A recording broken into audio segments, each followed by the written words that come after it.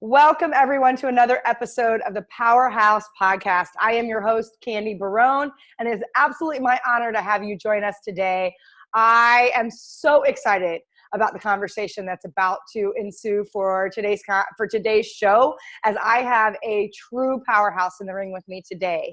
And as you know, this is really our space to talk about leadership on a deeper level. It's to get into the crux of what it really means to be a leader in today's environment. And as we've always talked about, leadership is truly a function of how you choose to show up, how you choose to serve, and how you choose to take personal responsibility inside that space. So without further ado, let me just say hello and welcome to my beautiful powerhouse guest, Miss Gaia Morrissette. Welcome to the show. I'm so excited to be here, Candy. I can't wait till we have our juicy conversation. I know, and I assure you it is going to get very juicy. We're going to hit on some topics today that for some of you is a conversation you don't have. And it's one of the reasons we're going to bring this to the show, because we're going to talk about sexual energy and your sexuality and how that plays into being a leader. But before we jump in, let me tell you a little bit more about my amazing guest. Gaia Morrissette has dedicated her life to making the world a happier, sexier, and safer place for us all. She is a world-renowned holistic sexual wellness specialist, BDSM wellness specialist, instructor, published author, international speaker, and founder of Succulent Living. Love that word, succulent. Through her sexual wellness coaching private practice, she makes pleasure safe, makes sex better, and helps you take yourself to the next level through that space, that vibration, that energy. Her philosophy is that for true sexual wellness to happen, you must look at 5 aspects: play, sensuality, sexuality, exploration, and sacred. Her published book, Stop, Drop, and Wiggle, what a great title, explores the first aspect, which is our foundation of happiness, which is play. She is also the founder and department head of Sexual Wellness Coaching Certification Program at the Succulent Living Institute. She is also a high priestess of divine sexual magics and guardian of elemental magics. I could go on and talk about how fabulous and fantastic she is, but I would rather jump into this conversation. So again, Gaia, welcome to the show. And I'm curious, because we are going to hit on a subject today that for some people that just the topic alone already starts to create some triggers. I always find it interesting that 3 things we're not willing to have a conversation around are sex, money, and politics. And those seem to be the missed opportunities. And so I'm curious, before we dig in, what was the path that got you here? How did you become a sexual wellness, holistic sexual wellness expert? And what does that really mean?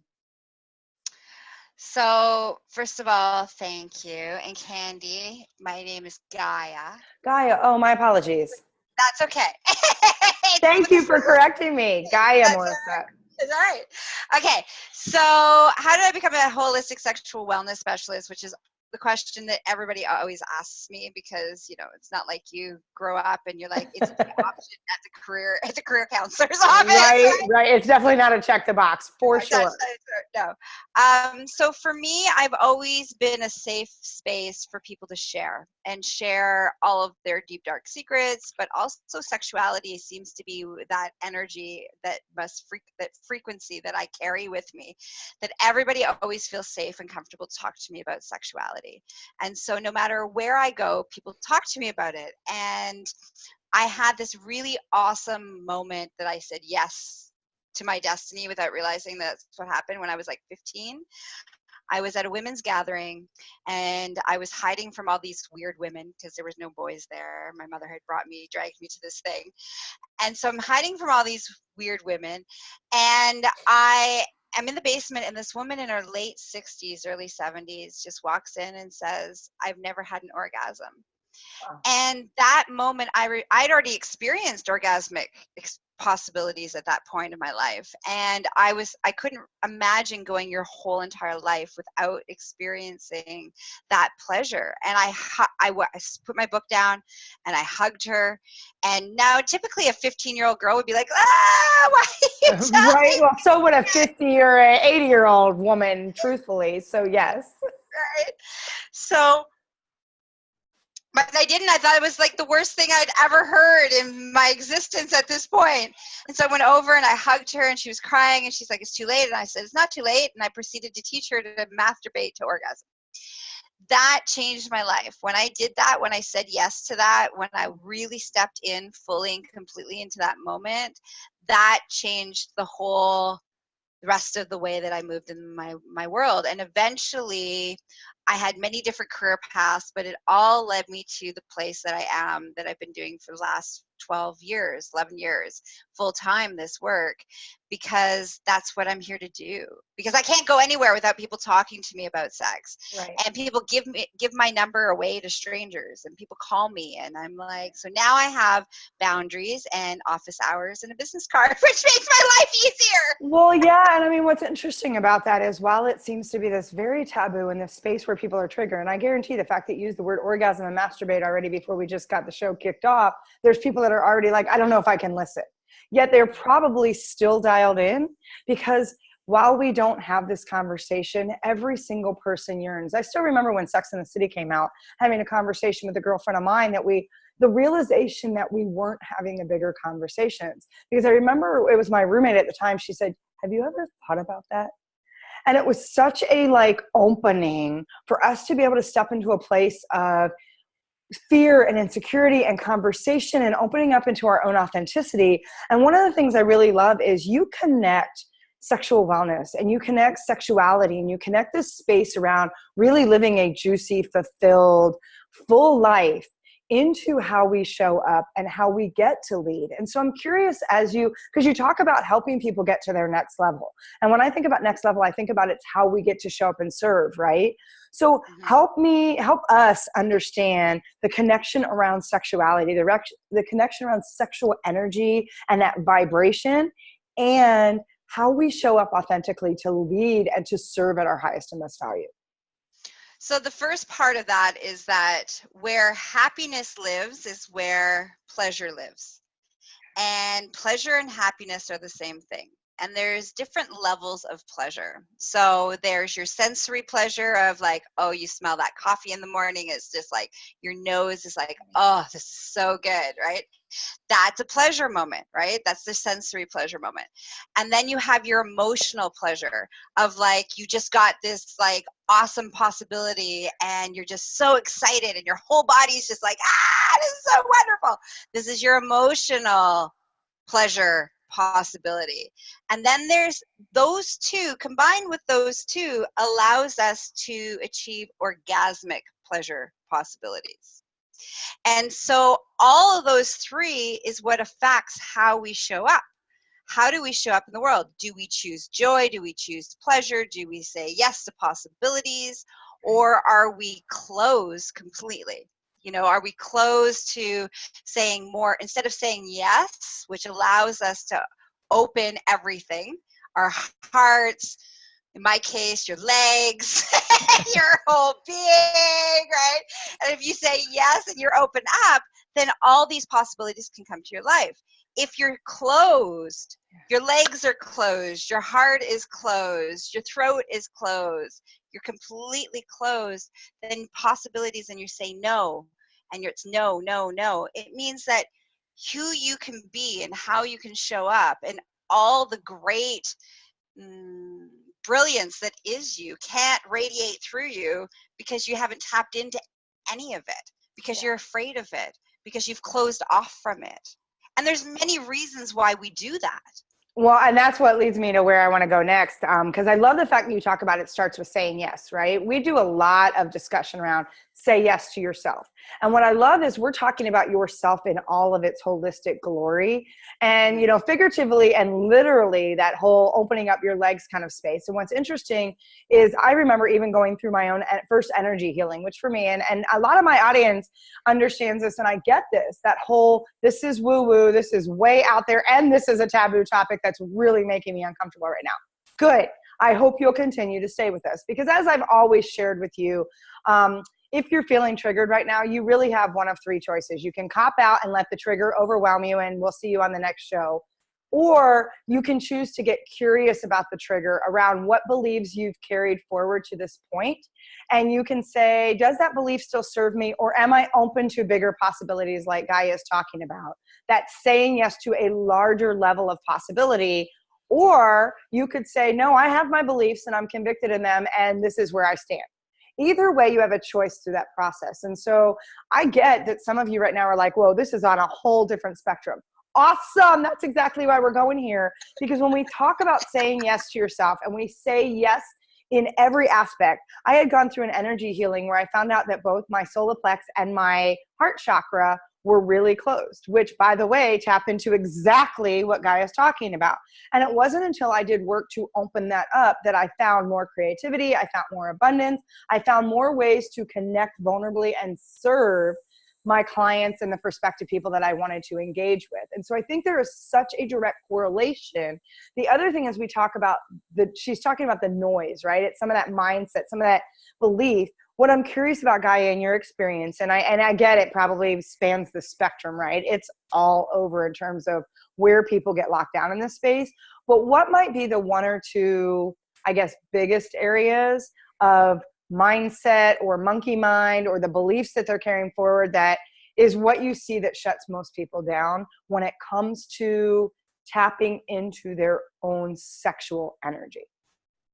Okay, so before I talk into that, I just want to bring it back to what is sexual energy, because we have Awesome.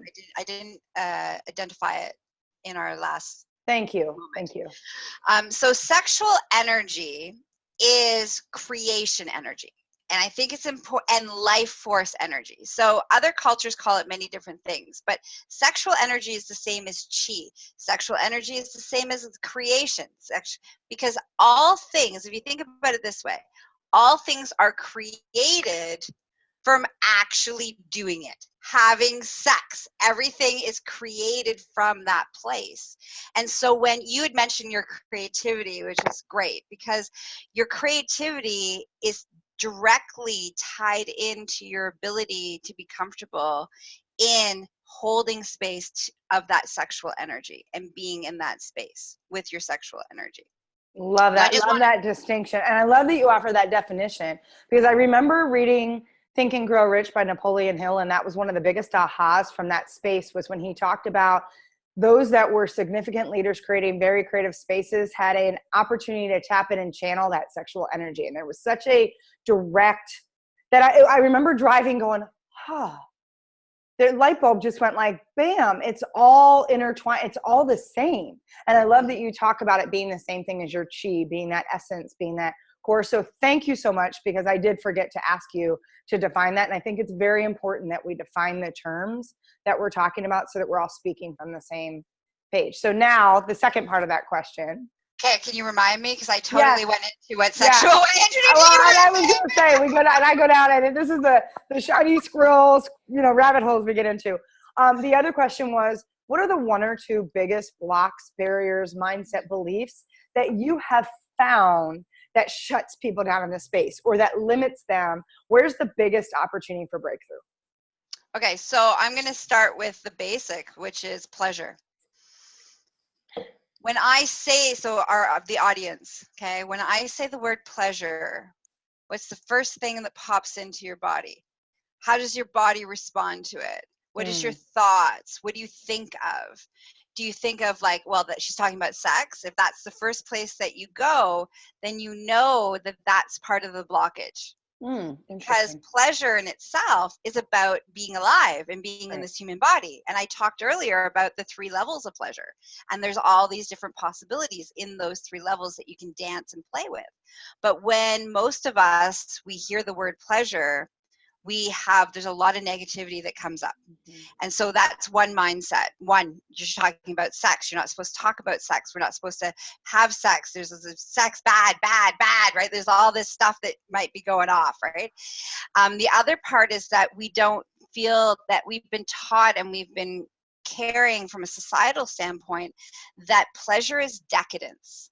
Mm. So even sensory pleasure or enjoying your life or being happy in that blissful place means that you are over the top, you are selfish, you are self-absorbed. Like there's all of these thought processes that we've been taught that prevents us from having daily sensory pleasure all day long. And so when I start work, often when I'm working with clients, the first place we have to do is just saying, I'm worthy of pleasure. It's safe for me to have pleasure. It's safe for me to express pleasure, and I deserve it. And clearing out all of those mindsets that are saying you don't, you don't, you don't, you don't, because that's like a game changer. Mhm. Once you clear those things out, because those things are not just about pleasure, those things are worthiness, those things are tied into your, are you lovable, those things are tied into every other aspect of who we are that's stopping us from showing up big in the world. Yeah. Well, that's so powerful. I mean, there's so much inside of that. The first piece I have to say, you know, I did my own self-check when you said the word pleasure. And I can remember back when it took me till my 20s to be able to say sex comfortably without my whole body shutting down. And when I would hear the word pleasure, there was very much a negative connotation. And I think about when you said pleasure, I felt like an opening in my whole body this time. I felt like this energy just moved through me. It was just very clean and light and open and expressive. And it was like, ooh, I love that word.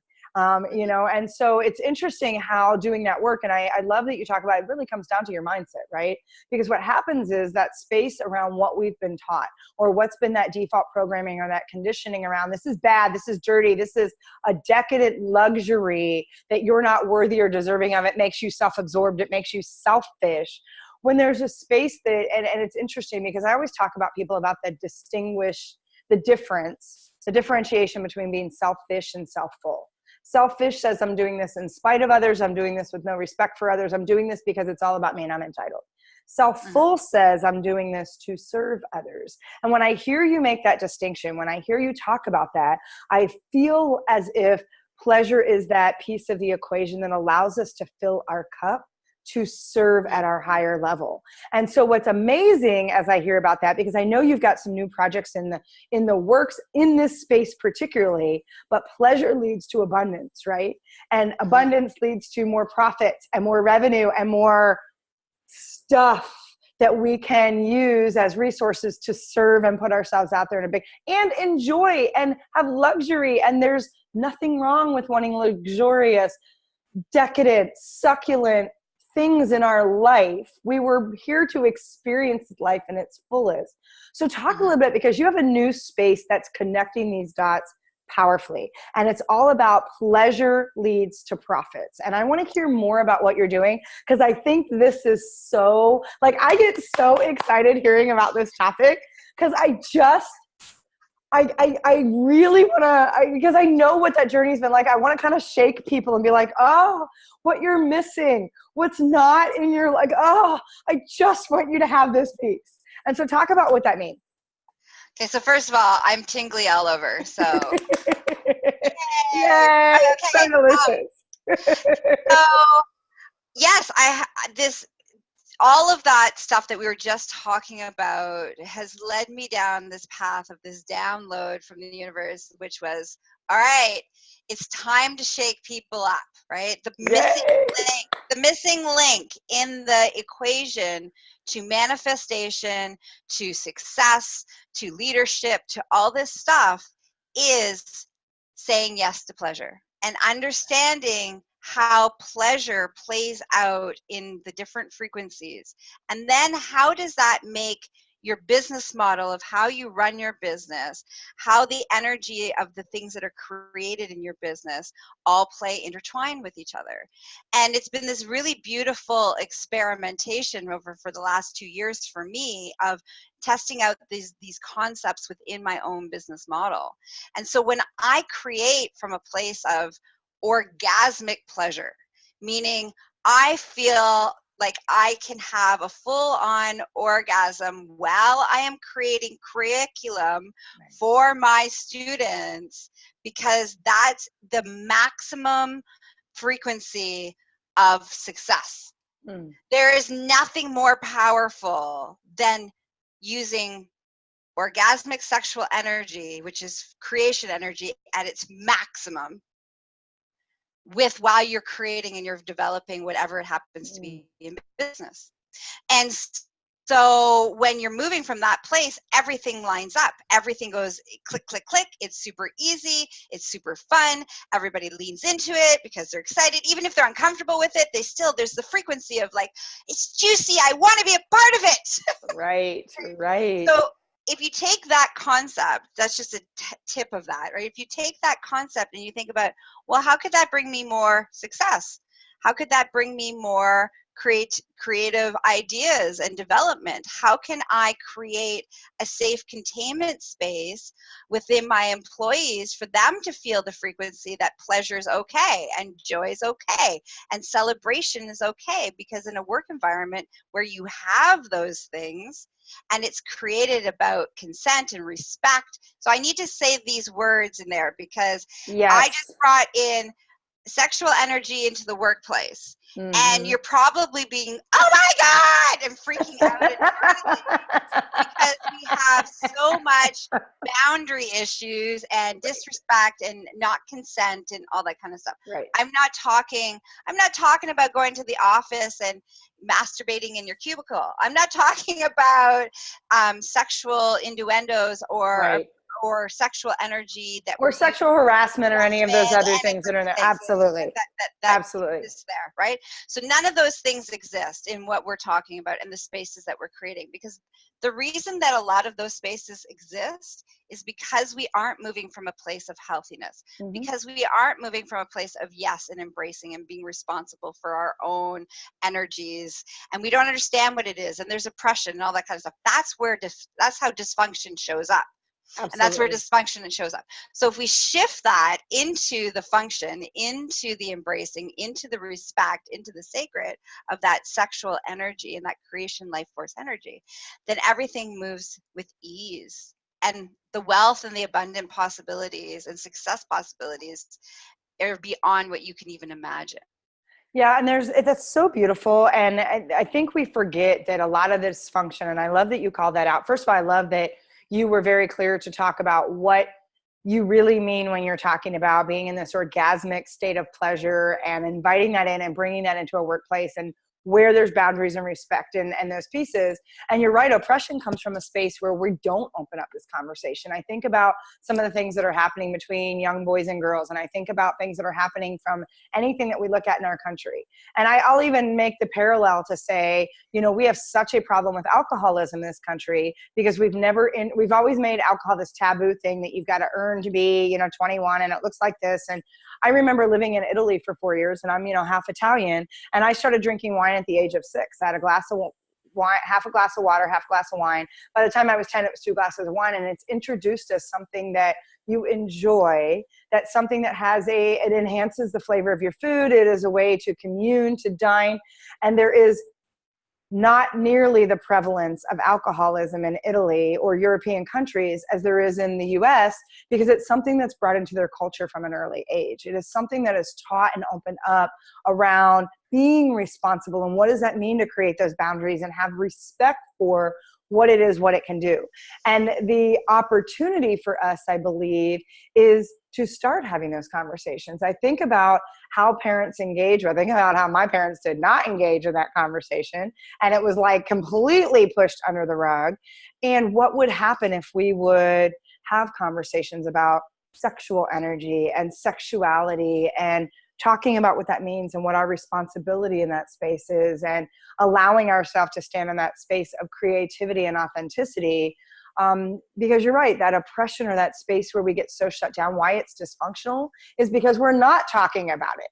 And so it's one of the reasons I got so excited to have you on the show is because, and I even had my own mind, I'm like, ooh, man, I'm going to get a lot of emails around this show. And the more and more I thought about it, the more and more I'm like, but that's exactly what this show is designed to do. It's designed to have the real conversation about shit we're not talking about. I'm tired of having the surface conversations. I don't think we're going to effectively, and if you look at what's going on politically and economically right now, I would say a big piece of that is exactly what Gaia is talking about. It's that space of us feeling very shut down, that we have so repressed or oppressed ourselves in that space that we are fighting back in any way we know how and creating this dysfunctionality that's affecting abundance, that's affecting prosperity, that's affecting normal boundaries and respect in the way people operate together. And so I really think that this is an opportunity to have a much bigger conversation. And so I get super excited that you have this incredible program that you're launching and space that you're creating, because I'm, one, what does that look like? How do people, first of all, because I want to make sure that they can connect with you. For those that are curious and that are leaning into their triggers and whatever's showing up right now, how do they get a hold of you? How do they access more information around this new space you're playing in, or any of the spaces you've played in? What's the best way for them to engage in this conversation with you? So the best way would be to reach out to my website at succulentliving.com. That would be the best. That's where all the hub is, right? Of all the stuff that I got going on. And then if you're really interested in the what we were just talking about, that pleasure leads to more profit, and all the courses and the programs and the whole series that's going to be run around this, then you'll be able to find that on the website as well. Especially under the online courses, there'll be a section there for this new play space, basically. Awesome. So succulentliving.com, and we will have that in the show notes, because I do want to make sure I strongly invite you, for lack of a better word. I urge you to go check out the work that Gaia is doing in this space. It's absolutely brilliant. And one of the things I heard you say this, and I know even in reading your bio, in the space of play, I'd love to play in that space for just a few minutes and talk about what does that really mean, and how does play affect how we get to show up and how we get to play at that next level as well. So play is our level of safety. Like, the more you are free and play in the world means the more safe you feel in who you are, the more comfortable you are with who you are. And what that does is, from a leadership and from an attraction standpoint, everybody else sense like, ooh, she's really comfortable. I want to spend time with her. How is she comfortable? I want to be comfortable like her, right? And so it taps into that what's going on, that attraction place. But on a deeper level, when each one of us has an inner child, or some of us have inner children, depending on what's gone on in their world and their lives and the level of trauma and that kind of stuff that happens. But our inner child or inner children rule our subconscious and rule all of our choices. Every behavior we do, every thought we have, they control the show. So think about it like this. A 7-year-old version of you is actually making all of your major life decisions. Although, if my theory of children start out as geniuses and we dumb ourselves down as we age, I'm actually encouraged that it's my 7-year-old version of me and not the adult version of me. Anyway. So the play part is like, and adult sexuality is in a continuation of that play, because basically all play is about exploring. That's what the fundamental concept of play is. Like, I wonder if, what happens when I do this? Imagine if it allows us to step into those adventuring, explore, curiosity mindsets. But you can only do that if you feel safe within yourself. And so all of those blocks of what are people going to think, and this is stupid, and there's no way that I could do that, and all of those blocks are what stop you from risking. And being a leader and being your authentic self every day is a risk. You stepping in exactly who you are, and you're holding space of an opportunity for others to come play in this space with you, or they're uncomfortable in that space and they will take their ball and go home. fundamentally, that's how it works, right? Great And so analogy. so the more that you can stay in that space, it means the more comfortable and the more work you lean in, the more time and effort that you pay into clearing those spaces, those mindsets, those self-negative talk, to, you know, to self-soothing of your inner child. Like, the more work you do that on that subconscious level, the easier it is for you to show up as your authentic self. Yeah. Yeah. And Because that's just right. And that's so, it's so true. The idea, and we talk a lot about play and what we do. And it's interesting. I love that you use the phrase, you know, it allows you that space of imagine if, because for most of us, the adult version of us, it plays that what if, what is this really anchoring negative space. And we talk a lot about letting go of the what if and stepping into a powerful, passionate, purposeful, and I'm going to add playful, imaginative. And so I'm curious, as we're getting to kind of the close of the show, and this goes fast when we're in a fascinating discussion, and I'd love to have the opportunity to bring you back to have more on this conversation at another time, because there's only so much we can accomplish in one show, right? Because I feel like this is a conversation that I would love to have more depth and even go into some bigger places. That being said, what is your big imagine if? As you start to think about your play space and you start to think about how you're leading and serving others, what do you start to dance with when you think about imagine if? What's kind of like the next statement you would say after that? Imagine if everybody was allowed to be sexually aroused all the time. Wow, I just got a really awesome feeling in my body hearing you say that. That just was like, again, very light and open. And I'm like, oh, imagine if. Yeah. Imagine if we lived in a world where everybody was allowed to be turned on and in that frequency of arousal and pleasure. And everybody was respectful with that energy. Wow. What would the world look like? What would the world be? How would we all get to show up differently? That would be significantly different. Mm-hmm. I'm gonna have to play with that a little bit. I like that question. I like the imagine if. That would be powerfully and wildly, and we would be vibrating at a very different level collectively in this world. Man. Huh. And we would totally be stepping into more of a collective connection in the creation and less in the destruction. Yes. Wow, that's beautiful. That is beautiful. So I want you guys to marinate on that a little bit. Those of you that are here listening and sharing this experience with us today, play and see what comes up for you. Play with the idea of what would the possibilities look like for you to step into this space in a bigger and more meaningful, intentional way. How are you going to say yes to yourself and say yes to pleasure?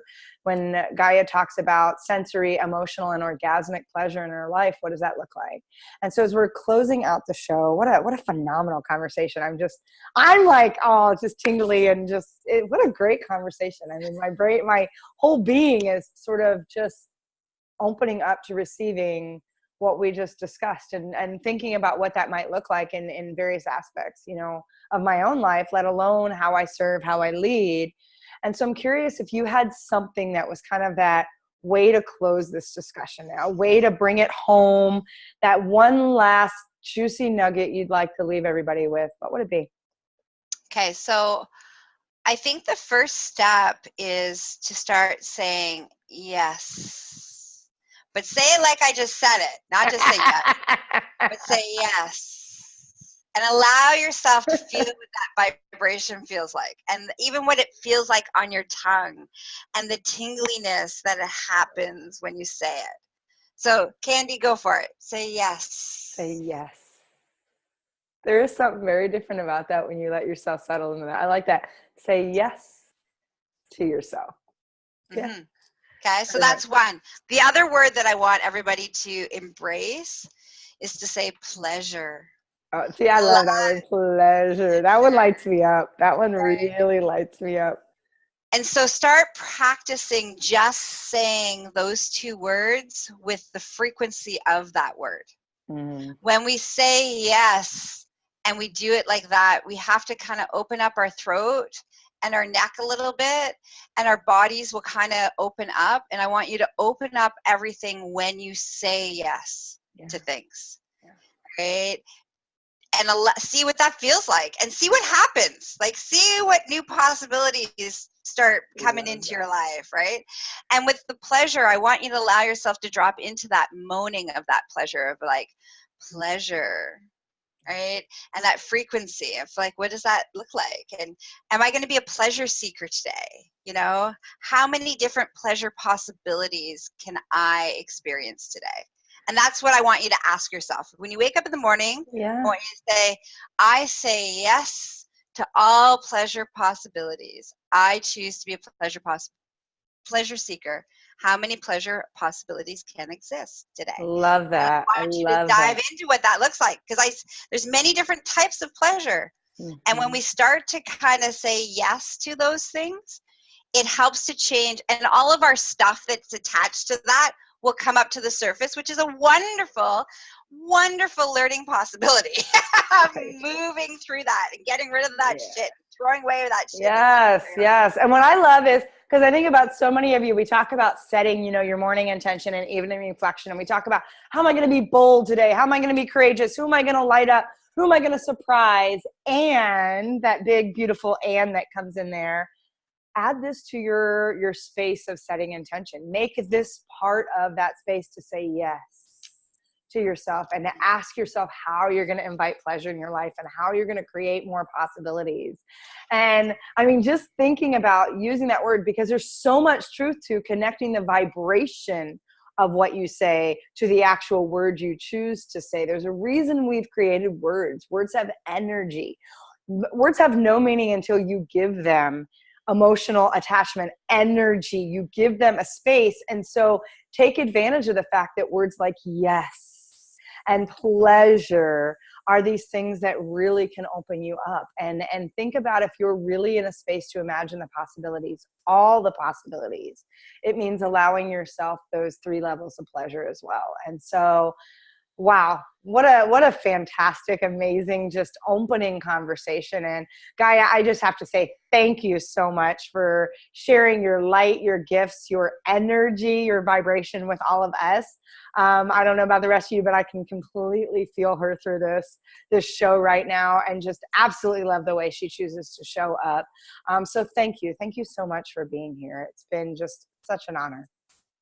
Very, very welcome. And I feel so blessed to have gone on this. It was a fun adventure. Like, we played well, and we had great conversations, and you know, it's so thank you. And I want to thank you for holding space in this space of like talking about conversations that may make people uncomfortable. And I love how you kept reminding everybody, you might be triggered, but that's okay. All right, it's triggered. Just kind of lean in, keep coming with us, right? It's all good, right? And so, you know, thank you for holding this space in the world for people to dive into and to have conversations that need to be had. Yeah.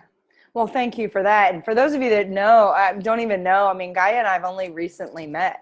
And so talk about being willing to have a conversation that is very powerfully charged for a lot of people, that we've met one time on another video call to just connect and to just trust. And so I really want you to see the power of allowing yourself to trust yourself, to trust others, to trust God, to trust the universe, to trust life, to show up and say, it's okay, you can still create that safe container. Because I think we dance together in that space. I can only hold the container that someone else can share. And so the fact that together Gaia and I are able to demonstrate how 2 essential strangers who are deeply connected as one, as we all are, can come together and have a big conversation that is opening and genuine. And I feel so deeply connected, and know that forevermore she's a soul sister of mine, and know that we have now created a bridge to go even deeper and explore bigger things and play together on even bigger levels. And so I want you to recognize, because I know sometimes that justing or that duck coming, you're like, oh, well, that's easy to have a conversation with someone you're friends with.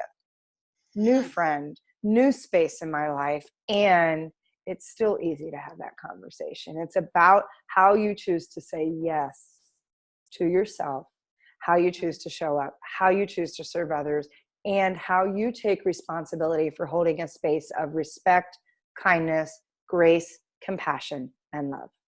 So with that, once again, I extend a deep, heartfelt, soulful thank you and gratitude to my beautiful, amazing, and just alive guests, Gaia Morrissette, and to all of you listening, thank you for trusting yourself to engage in this conversation today. I hope that you will continue this journey and check out what Gaia is doing on succulentliving.com. Please make sure that you subscribe to the show, because we're going to have continued conversations that are going to help you grow, help challenge you, and help you move into those triggers for a deeper, more meaningful, richer life. With that, this is Candy. Know that I'm sending you all heart hugs. I love you, and we'll catch up with you next time on the next episode of the Powerhouse Podcast.